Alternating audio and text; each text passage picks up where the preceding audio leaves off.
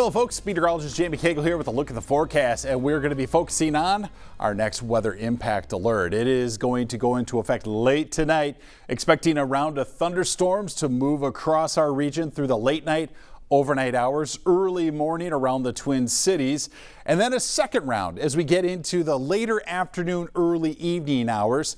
And one round of storms in the morning helps set up the afternoon rounds of thunderstorms. So this is going to be one of those scenarios where as we move through the afternoon of Wednesday, things could change a little bit depending on how early morning thunderstorms play out. They leave boundaries, they kind of leave the atmosphere a mess, and that can set off a secondary round of thunderstorms. So again, it's a wait and see scenario at times, but we'll take a look at the latest model data. And again, like I said, we're expecting a couple rounds of thunderstorms, and you want to always make sure you're getting your severe weather alerts. Make sure you have your radar on your phone. It is the easiest way to communicate with you here from Kare 11 to you, right to your hand on that cell phone. Make sure you have the Kare 11 app downloaded. You can check out the radar there, the forecast there, and get your weather alerts there. All very simple to do. Let's take a look at the severe weather threat first of all, and this is for tonight. I'll step out of the way. You can see far western Minnesota, an elevated risk there with a significant hash mark. So again, we're expecting the quite possible an isolated tornado or two. I would look to northwest Minnesota for that chance, and you see the same be said for the hail. As far as the wind's concerned, wind, whether it's rotational or straight line, is going to be a big factor with this entire system as it plays out late night, overnight, and throughout tomorrow. Now, we'll see the thunderstorms coming in from the west. As they move through the overnight hours, they move east. They're not going to have quite the punch they had into western Minnesota and the eastern Dakotas, but they will still have a bit of a bark to them in these early morning hours. Now, Wednesday, let's get into the afternoon hours. This is the second round. The atmosphere will quiet down a little bit. It'll destabilize again, and then it'll set off a second round of thunderstorms, quite possibly strong and severe, likely to be strong and severe with the cold front coming through. Notice the tornado risk highlights right around the Twin Cities and to the southeast. That's when we have discrete thunderstorms, individual thunderstorms. Hail threat, that is going to be widespread tomorrow. Easily to see some very large hail, especially in that area highlighted in red. And with that hash mark again, diameters upwards of 2 inches or greater a possibility. Then we lose the tornado threat and we get into straight line threat as we move into western Wisconsin. And that's when you'll start to see the overall look of the thunderstorms begin to change. Pretty quiet out there right now. We've had some lingering clouds over eastern Minnesota, western Wisconsin, and that's kept the temperatures a little bit cooler.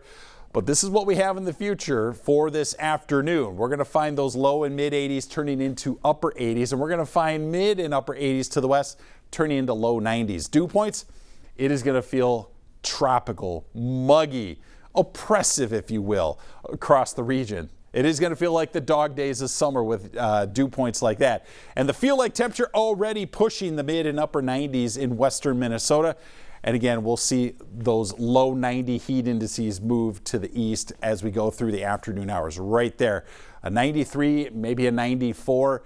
Tapers off just a little bit even into the overnight hours. So the humidity and the heat not going anywhere. Right now, most of the action is going to be out into eastern Montana, parts of western North Dakota. It is just getting started. Meanwhile, the sun's out, and that is going to help destabilize the atmosphere. Through the rest of your Tuesday, pretty quiet. And here comes our extensive line of thunderstorms just crossing into Minnesota as we get into the early hours of Wednesday. Also going to find one of those overnight storm complexes coming out of southwest Minnesota, meeting up with that line. So 3, 4, 5 o'clock around the Twin Cities, big rumbles of thunder, lightning, heavy downpours. Not the severe weather that you would see to the west, but certainly still expecting an early morning wake-up call from Mother Nature. 7 o'clock, most of it's moving out of the area. Then we get into this, a little chaotic but isolated pop-up thunderstorms of possibility. But what's going to be most concerning as we get closer to 5 o'clock, these are the isolated thunderstorms that can fire up those tornadoes and that tornado risk.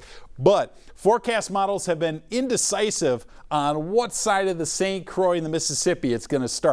Some forecast models have been hinting of the I-35 corridor into the east. Others have been saying A little further to the east, more and more of them are starting to lean towards western Wisconsin for those afternoon, evening thunderstorms. They'll become a little more linear into western Wisconsin, and that's when we start to see a little more of the straight line wind damage. Beyond that, maybe a few showers left on Thursday, but the dew points are dropping. Take a look at this. It's going to feel absolutely amazing as we get into the weekend. And looking beyond the 7-day forecast, which you're going to see here momentarily, we have not seen this in quite some time. Below average temperatures likely 8 to 14 days out. Welcome back spring. Should feel amazing. Rain chances will drop off as well, but notice we're not below average. We just don't have it painted bright green.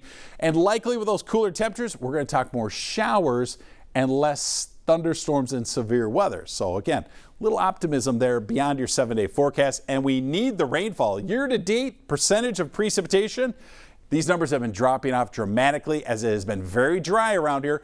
Just about all of Minnesota is well below average. Here's your 7-day forecast. Again, muggy with maybe a shower hanging in there for Thursday, but the dew points are dropping. Your overnight lows are dropping, which means cool, crisp feel to those mornings. Afternoon highs in the 70s should feel absolutely amazing.